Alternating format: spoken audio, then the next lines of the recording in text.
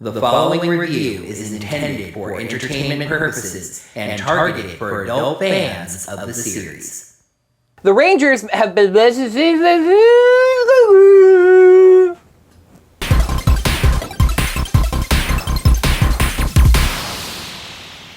Hello there, heroes. I'm the Orange Ranger. Today is Fallback Friday, so welcome to another blast from the past. I've actually been really encouraged by some of the comments that I've been getting on these videos.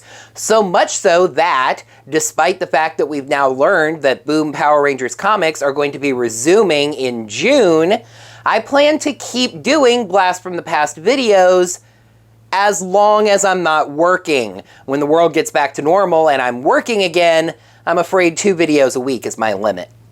That all being said, let's take a look at Hamilton Comics MMPR issue number 3, It's Not the End of the World. Please make sure you subscribe to the channel to see all of my videos. Ring that bell, get your notifications set up so you're notified of whenever I post brand new ones.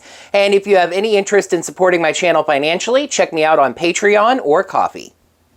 This cover is confusing. On the surface, it's fine. Lord Zedd watching the Rangers fight a giant green monster on a screen. 2 problems. 1, he seems to be doing this in a technological type setting when Lord Zedd's palace was nothing like that. Number 2, down here.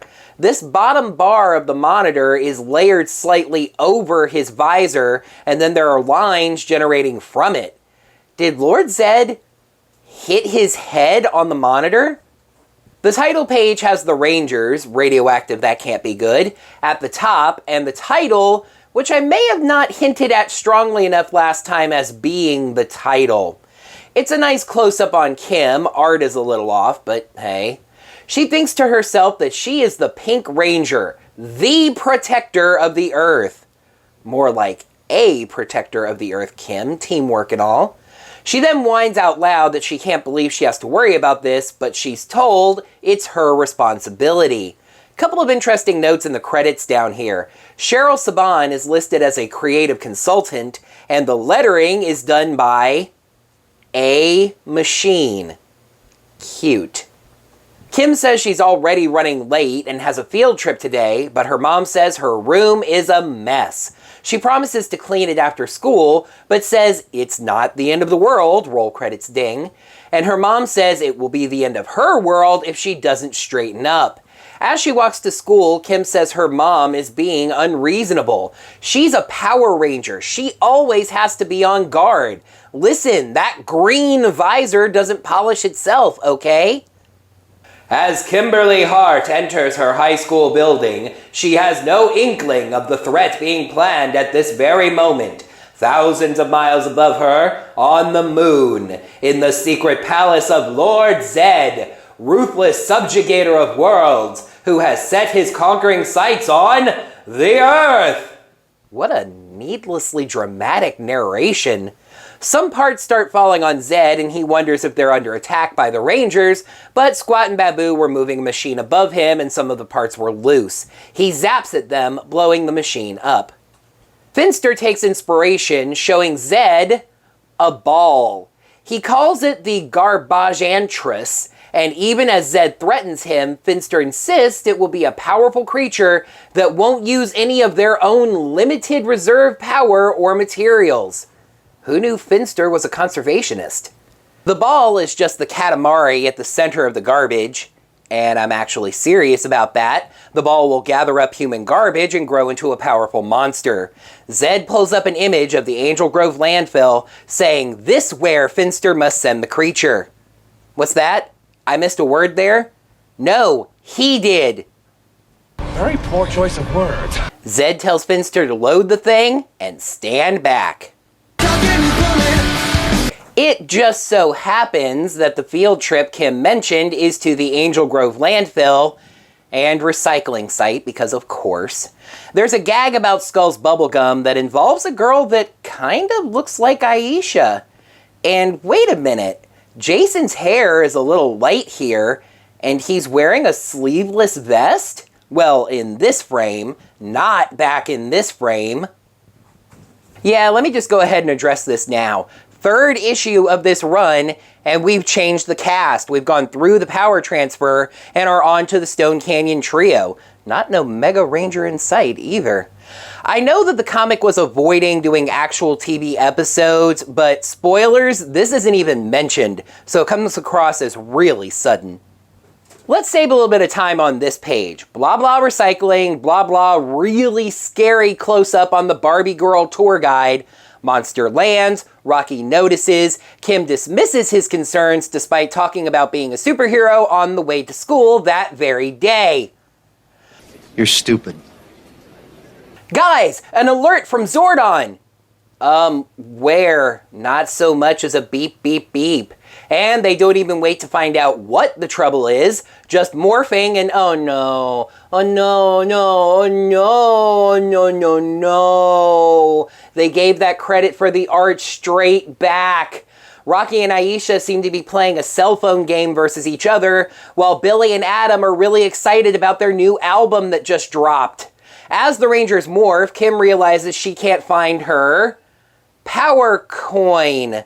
Maybe it's in her morpher, because that's what the thing she can't find is actually called. Zordon tells Red Ranger to use his teleport beam to send Kim home to find her coin, and he'll teleport her back as soon as she's found it. If he can teleport her back, why can't he moving on. Okay, so apparently the mess in Kimberly's bedroom is so bad, the command center's sensors cannot detect her coin. Yeah, I'm not buying that, sorry. So Zordon tells Alpha to go help her. I guess it makes sense, but it's also kind of risky, isn't it? I don't know why a full-page spread feels so weird for a comic this old, but here we are, the four Rangers facing down the Garbantress, which indeed has gathered the surrounding garbage as a monster form. The Rangers name off their weapons as they don't work. Weirdly, Aisha's dagger bending away because of the magnetic field of the monster makes it look kinda like Saba. Lord Zedd declares every weapon is defeated. That's right, all four of them. Real hard to keep track of 6 Rangers, hey, Zeddy? He declares he's going to make the monster grow, but oddly, Finster screams, no, don't. Kim tosses things around looking, but cannot find her morpher. Alpha says they have only one choice, to clean her entire room. Alpha does most of the work, zipping around the room, but Kim says the coin isn't there, even with the room clean. Make sure not to confuse it with that novelty coaster underneath your soda can. I know it looks like a coin, but we all know the power coins are not that big. Another full-page spread. The monster grows successfully, and the Rangers need the Mega Thunderzord. As opposed to the Thunder Megazord, but whatever it's called, they need the Pink Ranger, and Kimberly too. They'll just have to hold it off until she gets there, so they do their version of the YMCA dance and power on their Thunderzords. They try hitting the monster high and low, but high doesn't work out too well.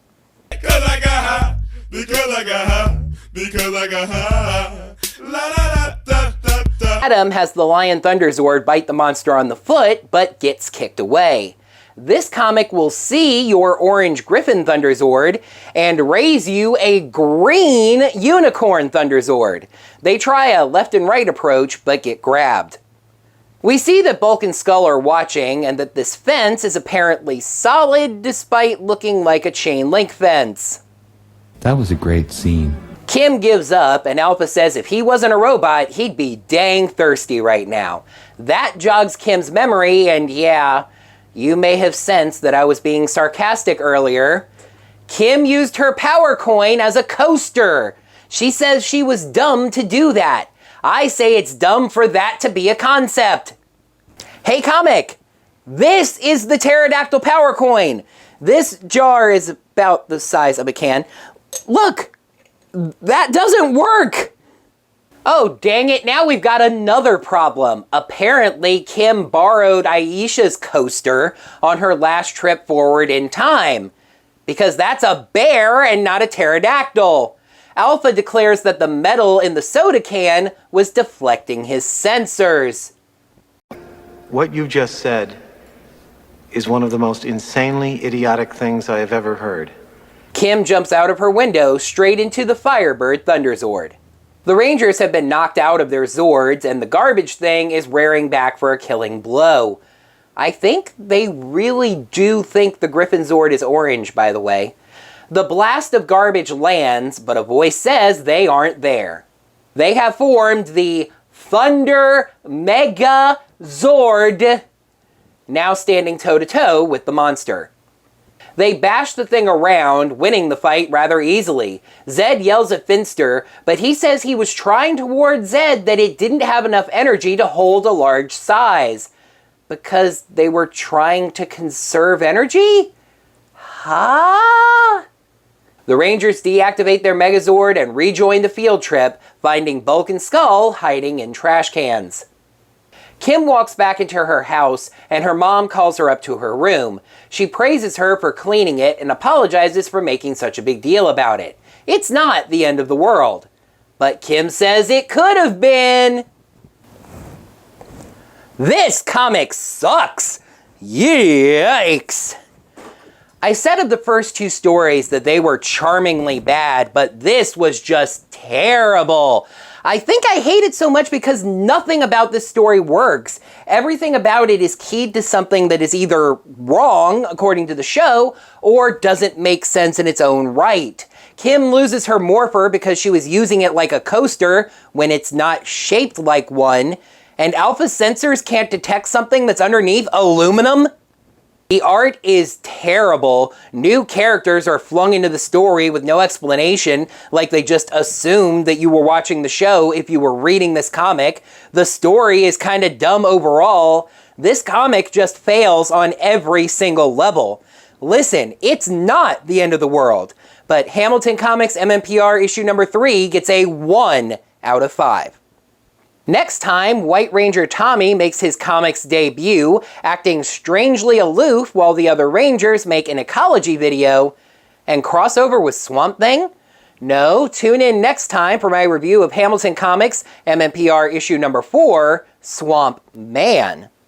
That's going to wrap up another Blast from the Past video. Thank you heroes so much as always for watching. Now that the video is done, you can let me know what you thought of this issue as well as my review of it down in the comments below. And while you're down there, make sure you smack that thumbs up button and let me know that you enjoyed this video. Make sure you're staying safe, stay inside unless you absolutely have to go out, make sure you're washing those hands, and until next time heroes, may the power protect you. I've actually been really encouraged by some of the comments that I've been getting on these videos. So much so, Zedd pulls up an image of the Angel Grove landfill saying this is where Finster must send the creature. Oh, we've gone past the power transfer and are on to the Stone Canyon trio. No! Monster lands, Rocky notices, Kim dismisses his concerns despite it talking as opposed to the Thunder Megazord. No! This comic sucks! Yikes! They really were assuming that you were watching the show if you were reading this, huh? And yeah, the other thing.